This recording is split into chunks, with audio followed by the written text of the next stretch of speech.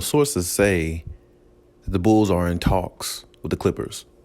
Now, the Bulls are a team that I feel like that is ascending in the right direction. They have lost Zach LaVine for a little while, and they're still looking to stay in contention where they are. And it's definitely going to be tough without Zach LaVine if he's going to be out a severe amount of time. So with that being said, the Bulls are looking into other options as far as making trades to get some adequate pieces back. And the talks right now, as of yesterday, from what I was seeing, is that the Bulls are in talks with the Clippers. And personally, as I said before, if the Clippers are going to make a move, which I definitely think, they're going to stay put or stand still on their position and not make any moves. Of course, anything can change. Anything can change at any point in time. So, we'll have to see how it goes. But I personally think that the Clippers are going to stay put where they are. But the Clippers, I do believe they feel like this could be an interesting, acquisition for them to at least look into. Just like I feel like the Clippers have looked into other acquisitions or potential trades out there. They just haven't pulled the trigger because it wasn't the right move. And, maybe the money wasn't adding up or, whatever the case may be. It might be, something of that nature. And, the Clippers, of course, they can't do but so much anyway because they don't have much to offer in regards to, picks or anything like that because they predominantly let all that go or wasn't worried about that too much when they, acquired Paul George after they got Kawhi Leonard and everything. We all know about that. But, the talks are out there, and from what I'm hearing, the talks are heavy, so when I look at the situation here between the Clippers and Bulls, now the Bulls this talks about the Bulls are willing to move Kobe White. And Kobe White, to me, has been, pretty decent for them. I look at him as a knockdown shooter. I look at him, as somebody who, can play a little defense on the other end of the floor as well. And also I look at, he can shoot. He does shoot 46% from the field as well. So to me, I don't understand why they would look to move a piece like him, especially if you're missing Zach LaVine. But at the same time, if they feel like they can get something better or more of a perimeter type player or something like that, maybe that's what they're looking for. And the reports are going out saying that, they're looking into, they're talking to the Clippers in regards to Marcus Morris. Now, of course, there were reports several weeks ago about Eric Bledsoe being moved as well. So I don't know if this trade was able to, reach the surface and happen. I don't know if the Clippers would, let go of Eric Bledsoe and put him in a package deal with a Marcus Morris or something like that. It's very possible that can happen, but we just have to see how it pans out and how it goes and everything. But I don't really personally see why the Clippers would go through with this trade. Is Cody White decent? Is he a really good player? Yeah, I think he's a really good up-and-coming player. He is from UNC. He does come from a good background, good school, and he is a knockdown shooter, like I said. And from what I see, he's pretty consistent with his jumper as well. So it's not like he's going to be, it's not like I haven't seen too many games where he was like, up and down, up and down. He's pretty consistent in what he's doing and how he, delivers, his points and everything like that and his production on the floor. But I don't really think that the Clippers are going to go through with it because I feel like the Clippers feel like Marcus Morris is more valuable than what a player like Kobe White could be for the Clippers. And that's just the way I see it. This is the reason why I made the video yesterday saying that I feel like they're going to stay put where they are and, stand on their own position and see what happens when, Kawhi and PG come back. I mean, really, like, to me, if they haven't made a trade by now, I don't believe they're going to make one because I don't feel like they look at any other piece that's out there really makes more sense than what they already have. Because when they look at games like last night in which they're going to, they look at Zubac scoring like 32 points. I mean, I still can't even believe he scored 32 points. I mean, I'm happy for Zubac. I definitely been saying, where's this guy been? This guy needs to be a lot better for the Clippers. But they look at a game like last night, him scoring 32 points, Reggie putting in 28, of course. And, you had Eric Bledsoe, I think he chipped in like 13. But I'm just saying, looking at games like last night, I feel like the organization of the Clippers is just looking at it like, well, only thing we need is our big guns back, because we have them. We're definitely in contention of, making a run to go far in the playoffs. And, they brought the team back for a reason, pretty much the core players for a reason. So they can, run it back for a championship because they believe in this team so much. And I just don't believe that they're going to make a trade for a player like Kobe White, who's very unknown. And, he is still in his early stages of his career. And on top of that, he is a consistent shooter and everything like that. But they feel like what they have is good enough to win a championship now. I mean, even though Marcus Morris, to me, is very inconsistent, but when he is consistent, not consistent, when he is playing well, certain games, he does help the Clippers, win a lot of games, with his shooting when he's on. And that's the way the Clippers see it, because the Clippers look at it like, Kobe White or whoever they might trade for might be a good shooter, but every shooter have their nights. Some shooters, they shoot well for a little while, and then they go through the little slump during the season, and they're just going to go through the ebbs and flows of how a player plays, during the season. And you're going to go through, nights where you shoot good, nights where you shoot bad. And I think the Clippers feel like they can, get the best out of the players they have now.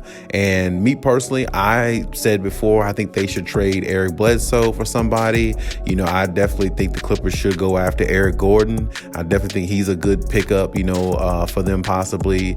I hear some fans talking about John Wall, things like people like that. But I mean, right now, like I said before, I just believe the Clippers are standing still. I don't believe they're making too many moves right now, even though in the next couple weeks things can change. I don't want to put that out there like it can't, but right now I just don't see what the Clippers see in other talent out there. I don't feel like the Clippers look at other pieces out there that's on the trading block that really can help them more than what they already have.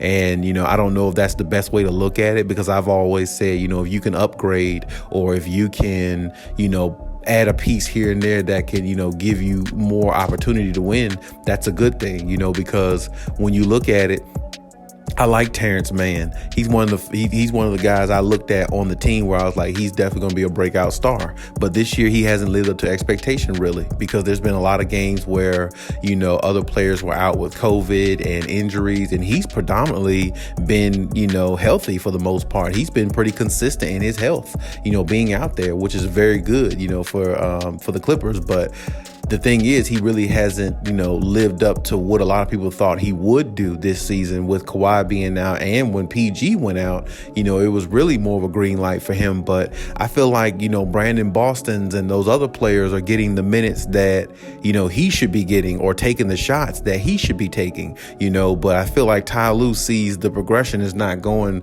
too far or no further than what it was last year. So I feel like he's giving other players opportunities because he sees more progression out of them.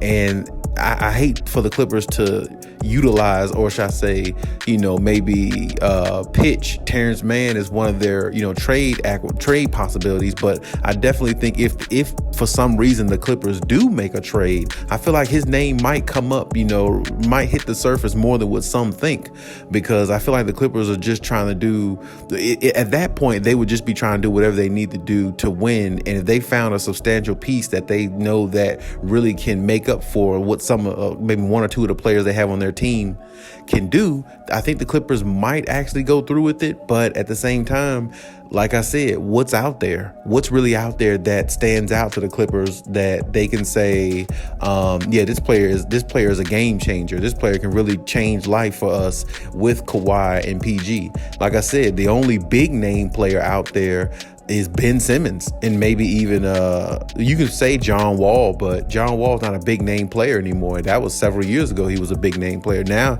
he's just an above average player, if that, So it's not really much out there to look for. There's not really much out there to search for, and I think that's where the Clippers are in their minds. And so if that's the case, I mean, I understand that the Chicago Bulls want to try to exercise or push the option of getting Cody White, or looking to move him.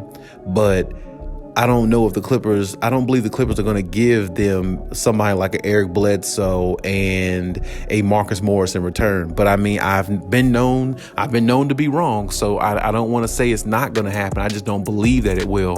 I mean, hey, if you think about it, shit, the Clippers did what was that? Eric Bledsoe, and they got Eric Bledsoe, and that's right, of course, Patrick Beverley and Rajon Rondo. They gave up 2 substantial pieces for Eric Bledsoe. So I mean, when you look at that, I mean, it's like, nobody thought that trade was going to happen. Nobody saw that coming. So, I mean, at the same time, I got to be optimistic about this here. I mean, maybe the Bulls and Clippers will make a trade in regards to something like that, which that would be very terrible if they did, I think, because if they got rid of like an Eric Bledsoe and Marcus Morris for a Kobe White, who most people don't know about and who only averages like 12 points a game, even though he does shoot 46% from the field, I don't think that's ideal to me. I don't think that's the best move to make. And if the Clippers are going to go through with a move like that, I don't know if they can win a championship, because I don't feel like he can bring something to the Clippers that those 2 players already don't. I mean, Marcus Morris is inconsistent, but can he play both ends of the floor? Yes, he can. When he's locked in and when his head is on straight, he can play both ends of the floor. He can make big plays. He can make big shots when you need him to. And, Eric Bledsoe, him coming off the bench, allowing him to play more freely is probably better for him rather than him being in the starting lineup, because he could just contribute off the bench and be a valuable piece there. So, I don't really see the need for the Clippers to listen to what the Bulls have to offer, because I don't really feel like the Bulls are going to offer anything to them that they already don't have, or they're not going to offer them nothing any better than what the Clippers already have, because I don't see any other player on the Bulls really being valuable. I mean, not unless it was going to be, somebody like Alex Caruso or somebody like that. Now, they threw somebody like that in there, I think the Clippers would maybe listen a little bit more, because Alex Caruso is a really good, solid player, and I know the Lakers hated to lose him. I know LeBron was sick when he lost Alex Caruso. So, I mean, unless the Bulls are going to put in somebody like that along with a Kobe White, then maybe the Clippers might listen, because Kobe White by himself, I don't really think that's worth the time or worth the energy, even though he's a nice young player. I just think that the Clippers should look elsewhere and look into, other players, or, like I said, I believe they're just going to stand put where they are and just kind of work off what they have and, see what they got and see what they can do if, the 2 big guns come back. That's just my opinion. I don't really see the Clippers Bulls trade or what the Bulls are trying to offer the Clippers to be any more value than what the Clippers already have. I just don't personally see it. But, hey, stranger things been known to happen. Like I said, Eric Bledsoe is on the Clippers, and Patrick Beverley and Rajon Rondo are gone. So that nobody saw that coming, but it happened, right? It happened, and it was a shock to a lot of people, but it happened, and that's the way it is. And now Eric Bledsoe's there, and the Clippers just got to make the best of what he can offer, and hopefully get the best out of him when it comes time in the playoffs. I've never known Eric Bledsoe to be a playoff type guy, to show up big when you need him most, but I mean, hey, maybe the Clippers see something that I don't, or maybe they believe in him unlike a lot of other people do. So, I mean, but there again, on top of that, the Clippers organization have been known for making huge mistakes and putting themselves in huge holes that they don't need to be in, which is one reason why they've never won a championship in team history. And that's no knock on them, but sometimes not winning championships is deprived. It comes from recruiting. It comes from, the organization and how they, conduct themselves and what type of business decisions they make.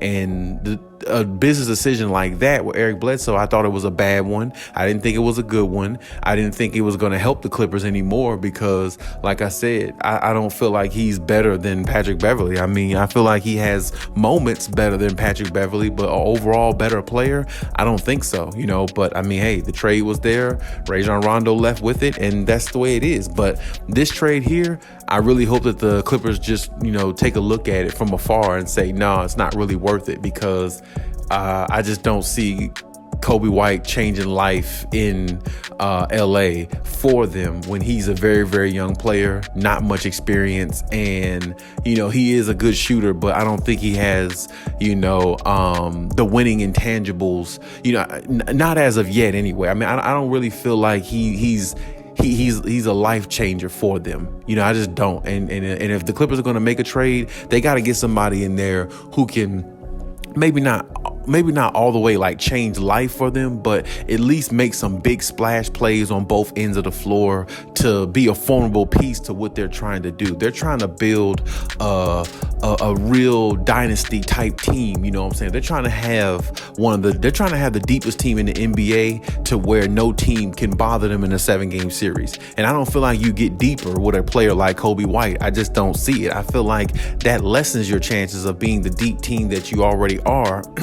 And you're just going backwards if you do something like that. So I personally don't think the trade is worth it. I definitely think the Clippers should just keep what they have or look elsewhere, or maybe try to find somebody else who's more worth their time, and keep the players you got, man, because making outlandish trades and things like that, it only comes back to bite organization after a while. I mean, look at the Lakers. I mean, the biggest outlandish trade they made was getting Westbrook, and look at their situation. They're 7th, 8th seed right there with the Clippers, and the Clippers don't even have two of their superstars, and the Lakers damn near got the same record as the Clippers because they made an outlandish trade, and it was really, really a piss poor trade, and now it makes the organization looks like trash, and LeBron is apologizing for what? I don't know. He's giving everything he's got, but it's not good enough because they're not winning, and it's just a waste of time because he was a part of the reason why Russell Westbrook is there. So I mean, like I said, business moves and things like that can make or break a team, and right now, like I said, I don't feel like the Clippers should go after this type of or look into this business move with the Bulls, because honestly, if they did, the Bulls would be coming out on top because they would be getting a better player in Marcus Morris, or better players if they added Eric Bledsoe, and the Clippers would be getting back a Kobe White and maybe I don't know, a pick or something like that. Who knows? And it will really be nothing in return. So I think it's just a waste of time for this trade. I don't think the Clippers need to look into it no further than what they have, and just keep it moving and keep the season going, and hopefully your two big guns come back and make a run at the title. But hey, that's my take on the situation. You leave any comments in the comment section as always, and hey, Cali out.